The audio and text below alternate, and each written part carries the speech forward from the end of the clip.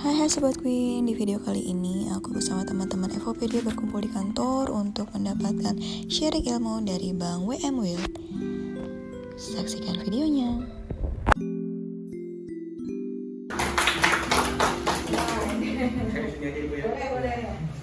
Oke, Assalamualaikum warahmatullahi wabarakatuh. Alhamdulillah, hari ini kita berkumpul bersama dalam keadaan sehat. Pastikan gunakan masker ya. Walaupun kita yakin sehat, dengan menggunakan masker setidaknya kita sudah memenuhi salah satu protokol kesehatan.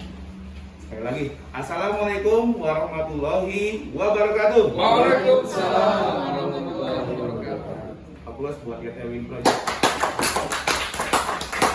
Oke, hari ini saya kasih giveaway buat Alur Jeans. Stiker channelnya. Nah, kebetulan Alur Jeans channel ini kemungkinan besar besok udah proses monetisasi. Kalau Bapak Ibu, monetisasi adalah bukan suatu hal yang mudah. Kenapa saya memutuskan menjadi YouTuber, Bapak Ibu? Gitu kan?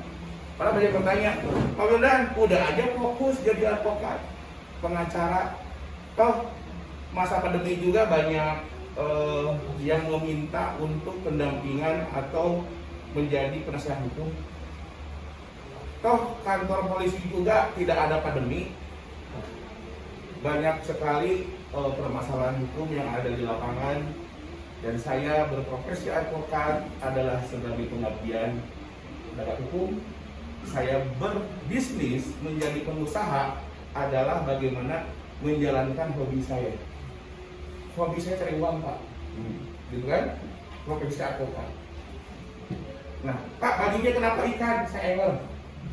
Semenjak memutuskan saya jadi YouTuber, saya memutuskan channel saya 60% itu adalah konten mancing, Bapak Ibu. Kenapa? Hasil saya diajarkan oleh mentor saya, coach saya, Pak Andreas. Dia seorang coach di Evopedia. Pak, bagusnya mancing, karena yang mancing itu ditonton dari awal sampai akhir. Kenapa? Ditunggu ikannya dapatnya apa aja, sebesar apa.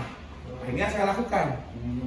Yang kedua, bikin konten yang banyak, sebanyak-banyaknya. Kayak Alur Jeans. Kalau Bang Win 33 jam ya ngajarin Baikwan, saya ngajarin 3 hari. Gitu kan? Bagaimana Bu Alur Jeans untuk download aplikasi aja nanya. Untuk bikin email aja nanya. Jangankan bikin konten, gitu kan? Tapi ketika di awal Evopedia dimulai dengan beberapa orang, hari ini traffic harian udah 8.000 viewer lebih. Berarti apa? Ternyata banyak video-video yang ditonton oleh siapa? Oleh komunitas Evopedia. Nah, Bu, mudah nggak mencapai 1.000 subscribe? Sangat mudah. Ya, terbukti. Searching Google, cek 1.000 subscribe harga 500.000, beli aja, gitu kan? Apa yang terjadi? 1 bulan turun sampai lagi. Kata yang jual, loh waktu awal kasih 1.000. Dan saya capture juga buktinya, saya udah ngasih 1.000 subscribe.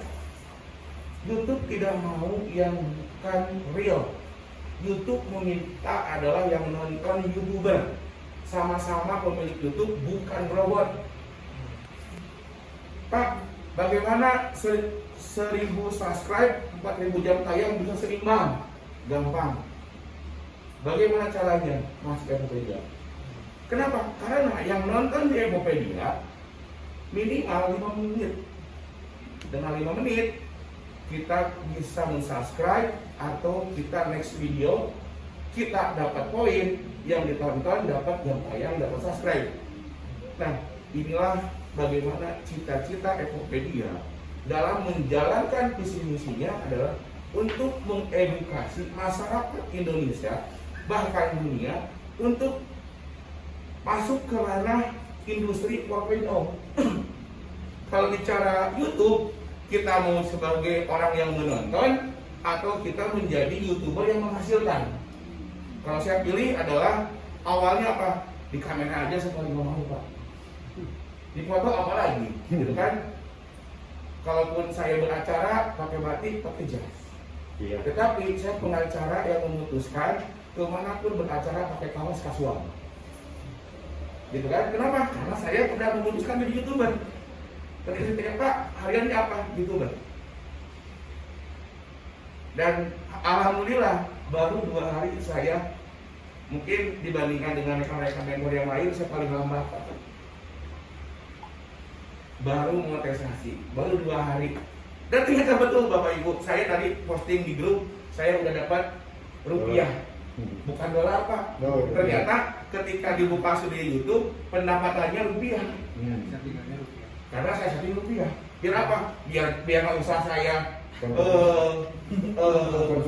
konvert lagi gitu kan. Nah, oh berarti YouTube benar membayar YouTuber. Dan belum pernah ada permasalahan hukum YouTube gagal bayar terhadap YouTubernya. Dan sekarang para YouTuber yang ada di internasional mempermasalahkan subscribe berkurang, jam tayang berkurang, itu dipastikan ada algoritma yang dilanggar. Pertama apa? Misalkan belum nonton sudah like, belum nonton sudah subscribe, itu pasti diambil spam gitu kan. Nah, tadi sudah dijelaskan juga Bang Edwin bahwa Epopedia ingin membangun people power dan memutuskan tidak akan dulu masuk negara lainnya sebelum YouTuber Indonesia itu berkembang pesat. Biar apa? Orang Malaysia yang ditonton YouTuber Epopedia. Kenapa Bapak Ibu? Karena Google, YouTube sudah mengakui traffic Epopedia sebagai traffic yang halal. Kenapa halal? Saya waktu kan saya pun orang akhir ya dengan teman-teman yang ada di sini, Bang Kevin, saya mau monetisasi nih, tolong dong dampingi saya. Karena kan beliau lebih duluan. Kemarin berapa hari, Bang, kata Bang Eja harus nunggu email. Ini studio YouTube udah memerintahkan, silahkan daftarkan. Saya mau mencoba melanggar, kata mentor saya, boleh nggak sih? Kenapa? Karena studio YouTube sudah ada klik, silahkan daftarkan. Klik daftarkan. Saya konsultasi dengan Mia Raset. Kebetulan saya punya AdMob, punya aplikasi. Nah, nanti aplikasi juga akan diajarkan di Epopedia. Nah, dari AdMob sedikit di luar dari YouTube, saya mendapatkan bulanan lumayan di atas 1 juta dari aplikasi. Karena YouTube ini harus memasukkan AdSense, saya tanya lagi, apakah saya bikin baru lagi atau gunakan yang ada di AdMob? Saya tanya CEO, Bang Marcel, saya ini udah monetisasi, si YouTube minta AdSense. Apa AdSense? AdSense tempat pembayaran kita, dompetnya kita. Bang, pakai yang sudah ada aja, yang sudah terdapat, saya masukin aja. Udah gitu, saya klik proses, masukin semuanya. Saya tanya ke beberapa yang sudah masuk, Bang, saya nunggu 1 hari, Bang, saya nunggu 2 hari, Bang, saya 7 hari, Bang, saya nunggu, ada yang sampai 3 bulan nggak gagal terus, peninjauannya gagal terus gitu kan. Nah, sambil dagdikduk gitu kan, saya tungguin, habis sholat isya saya buka, udah disetujui, tidak waktu menunggu lama. Nah, berarti apa?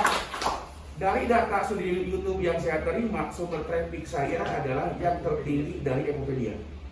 Dan kita tuh bisa lihat langsung, klik eksternal sumber traffic, betul nggak ada orang yang menonton dari Epopedia yang diakui oleh YouTube?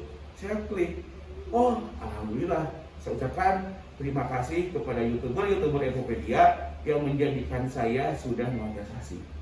Nah Pak, kenapa Pak Wildan mau sebagai advokat bukan fokus di advokat saja, kenapa jadi YouTuber? Harus bikin video dan lain-lain.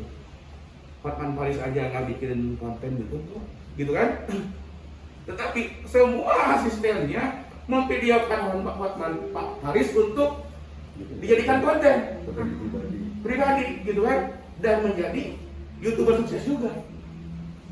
Akhirnya ternyata saya tanya kepada rekan-rekan YouTuber, Pak, penghasilan dari YouTube gurih loh.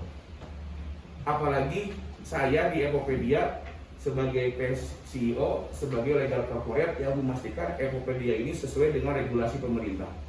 Bahkan di awal aja Evopedia sudah mendapatkan penghargaan. Apa penghargaannya?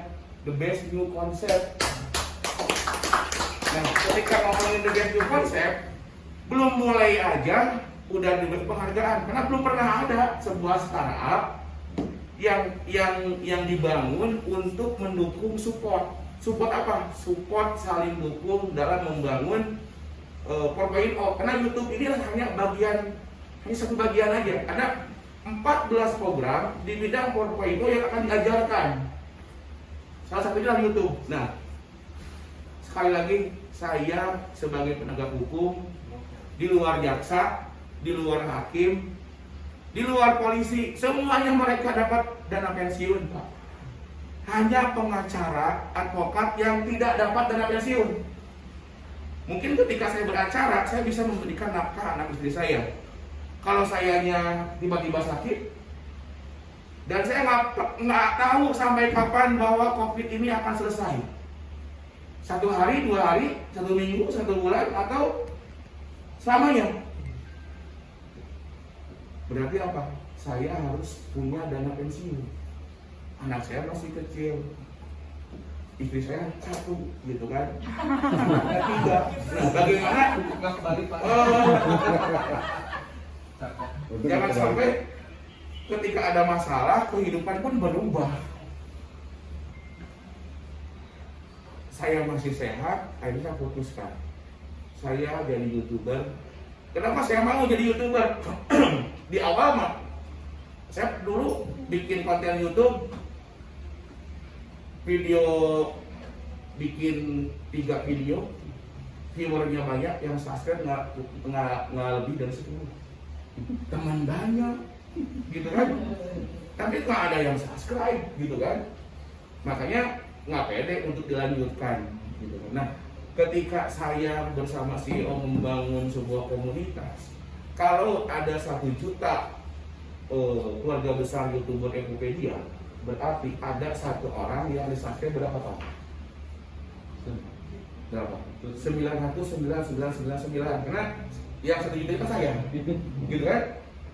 Berarti semua channel akan di-subscribe dengan jumlah itu ketika semuanya aktif. Gitu. Itu yang kita bangun. Ketika ada 900.000 sekian yang subscribe saya, yang menonton saya, apakah saya dapat penghargaan tidak? Dan yang total 900 sekian itu, apakah dapat penghargaan tidak? Dapat penghasilan. Yang bayar siapa? Dan yang bayar bukan Evopedia, yang bayar adalah YouTube. Nah, yang akhirnya apa? Kita sama-sama bergerak untuk membangun komunitas ini. Nah, bagi YouTuber-YouTuber pemula, nggak usah khawatir. Saya aja di awal videonya bengkok-bengkok, gitu kan? Kalau dicek WMWL TV, video di awalnya bengkok-bengkok.